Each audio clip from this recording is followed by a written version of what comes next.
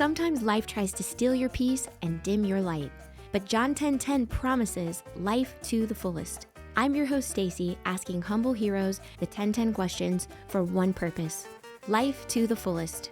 Welcome to 10:10 Living. Welcome to the 10:10 Living podcast.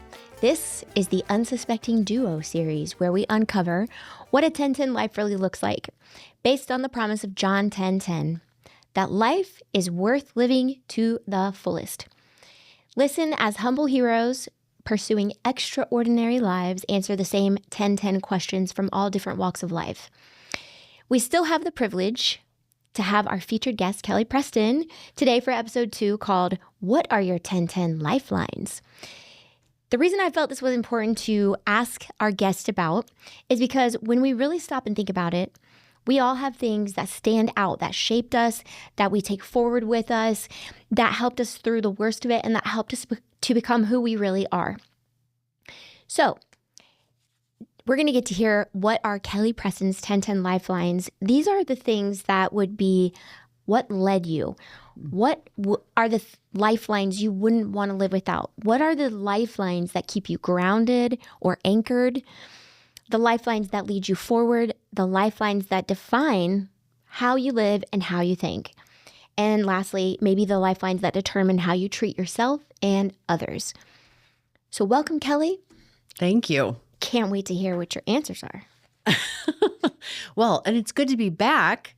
And I hope that the listeners are thinking about their lifelines as well, their anchors. Yes, good point. These are really good questions. So thank you for asking. You're welcome. So when I think about my lifelines and I think about the scripture that you're referencing, John 10:10, that, Christ really did provide for us an abundant life. Yes. And there are different ways to interpret that, right? Mm-hmm. However, when I think about Christ sacrificing his life for us, what was that for? Yeah. So maybe that's for us to realize that he loves us. Yeah. That's abundance. Yeah. When we receive his love, when we acknowledge, oh, wow, he really is there for me. He's really with me. Those are game-changing thoughts. So lifelines in that context, I think about things I go back over and over in my life, things that keep me grounded when life feels uncertain, which, as we're talking about in this podcast, there are a lot of uncertainties in life, and it happens to all of us. We're not just, on a special train, even though it feels like that sometimes, right? Other people have hard stuff too. I know, right? Yeah. Exactly. So I would say 1 and 2, if we're going to, I broke these down. Some of them are just single, some of them are together. But the first 2 lifelines for me are faith and reflection, not in a perfect or overly polished way. But what I mean by faith and reflection is staying connected and reminding myself that I'm not carrying everything alone. Mm-hmm. And sometimes that looks like prayer. Sometimes that looks like writing in my journal. Sometimes that looks like I'm just staring out the window, basically. I'm pausing my busy mind and I'm thinking about what's the truth. The truth is that I'm not alone. The truth is that I have a creator that is with me, that's committed to me. And okay, I don't know what he's up to and I don't feel everything going well right now. But I'm choosing to pause right now and remember that he's with me. Love those. Another huge lifeline is my family, I would say. My husband and kids, they're my anchor. No matter what season we're in, they're my why, really. And so I want to keep going and I want to be present with them. I want to enjoy them.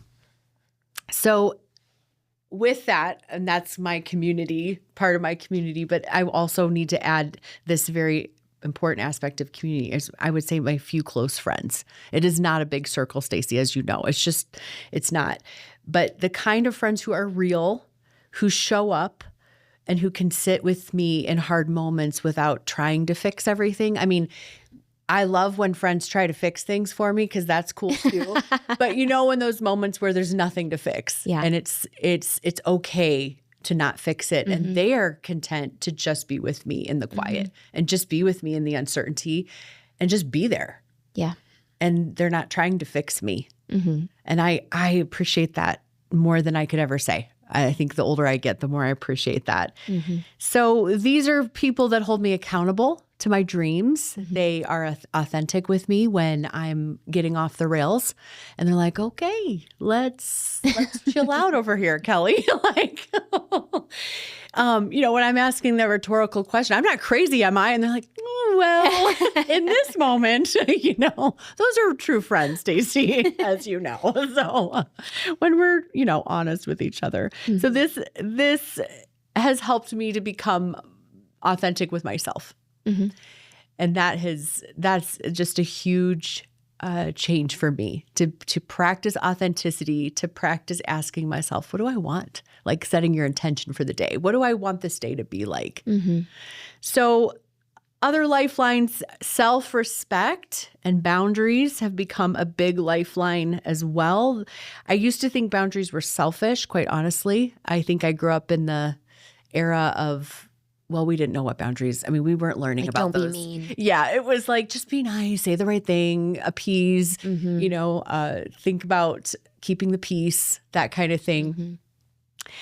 But I now see that boundaries and self-respect are a way of being healthy and staying healthy and protecting my heart, guarding my heart, and allowing me to keep showing up for people in a sustainable way. So that's so true. Yeah, because you have the energy too, because we're not. You're healthy. Yeah.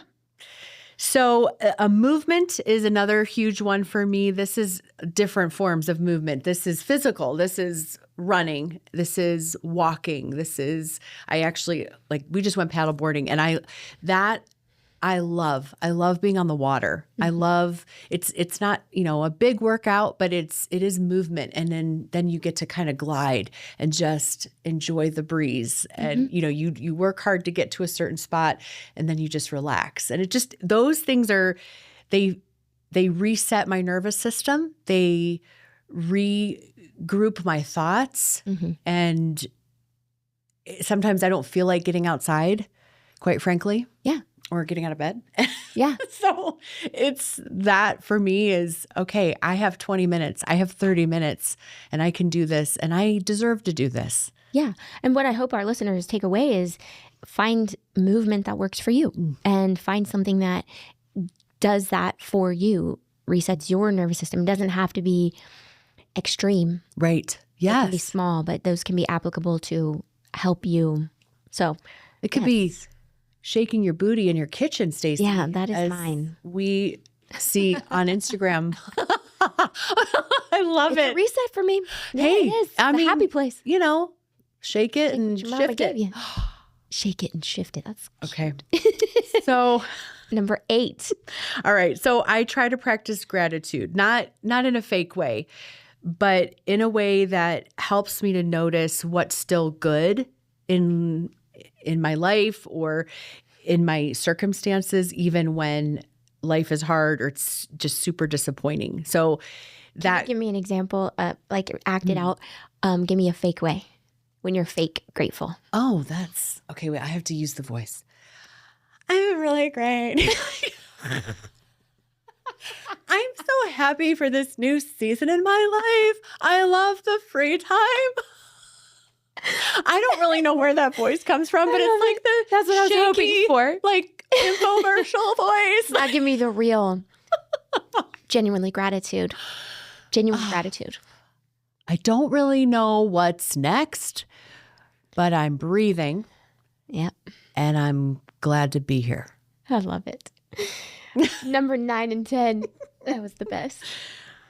Purpose is a lifeline for me. And honestly, I don't always know what that purpose looks like in the day because I'm not living this, you know, I get in my office in the morning with my coffee and I coach people and change the world. It's not smooth like that.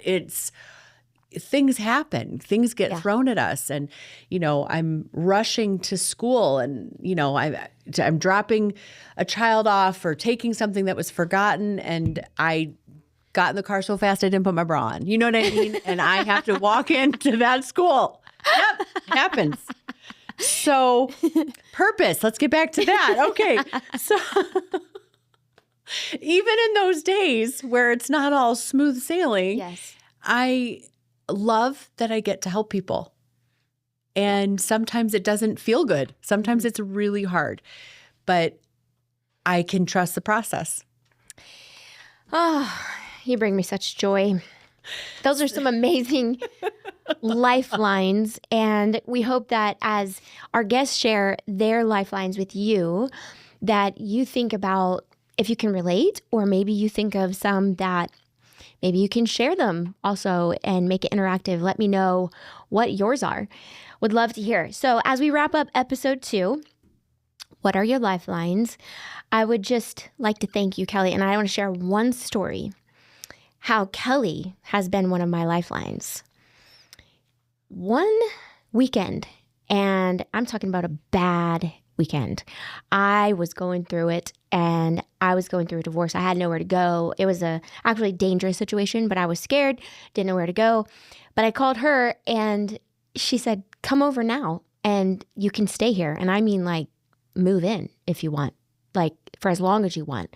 So I stayed the weekend, but it's those people who step in and become your lifelines when you're at your worst, that you feel you're at your worst, and they just step right in. And so I hope that as we end this episode, you think about who those people are for you too, and give them a thank you today. And so while life keeps twisting, we keep living. Go out and live life to the fullest.